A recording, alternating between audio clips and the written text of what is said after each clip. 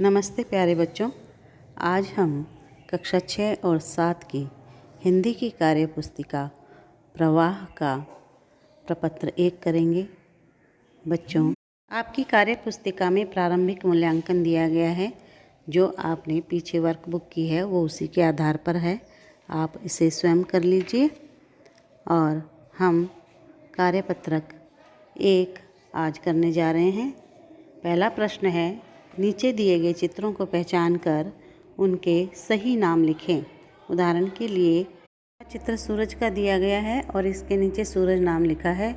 दूसरा चित्र देखिए, ये टोपी का चित्र है, आप यहाँ टोपी लिख दीजिए। अगला चित्र है पतंग का, इसके नीचे आप पतंग लिख दीजिए। और उसके बाद हाथी का चित्र है, इसलिए आप इसके नीचे हाथी लिख दीजिए। नीचे दिए गए चित्रों को देखकर सही शब्द पर गोला लगाएं। पहले चित्र में आपको इंद्रधनुष दिया गया है और इंद्रधनुष जो सही तरीके से लिखा गया शब्द है उस पर गोला लगाया गया है। उसी प्रकार अगला चित्र आप देखिए, टोकरी का है। इसमें कौन सा टोकरी शब्द सही है उस पर आपने गोला लगाना है। तो पहला शब्द टोकरी सही है, आप इस पर गोला लगा दीजिए। और तीसरा प्रश्न है, नीचे दिए गए सही वर्तनी वाले शब्दों पर सही का निशान लगाएं। प्रश्न है का इसके अंदर चिड़िया शब्द दिया गया है और जो शब्द सही है उसके आगे राइट का निशान लगाया गया है। उसी प्रकार अगला ख, इसमें वाणी शब्द को आपने सही चुनना है। तो इसमें तीसरे नंबर पर जो वाणी लिखा गया है यहाँ आप सही लगाएं। ग प्रश्न में किताब शब्द कौन सा सही है उस पर आपने निशान लगाना है। तो 2 नंबर पर जो किताब शब्द दिया गया है यहाँ पर आप राइट का निशान लगाएं। घ में केला शब्द दिया गया है, तो इसमें सबसे पहले जो केला शब्द लिखा गया है वहाँ पर आप राइट का निशान लगाएं। और ड़ में कृपया शब्द आपने सही चुनना है। इसमें भी 2 नंबर पर जो कृपया शब्द लिखा गया है वहाँ पर आप सही का निशान लगाएं। प्रश्न 4 के अंदर चित्र में दिखाए गए मददगार जो हमारी सहायता करते हैं उनके नाम लिखिए। तो सबसे पहले सिपाही है, उसके बाद आप देखिए साइकिल के साथ डाकिया है, डाकिया शब्द लिखेंगे। और 3 नंबर पर किसान है, तो यहाँ आप किसान लिखेंगे। इसी प्रकार 5वां प्रश्न है, नीचे दिए गए शब्दों को शुद्ध करके लिखिए।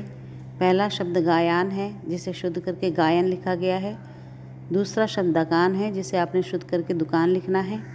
तीसरा शब्द आशीर्वाद है, इसमें र की मात्रा को व पर लगाना है और पुनः लिखना है।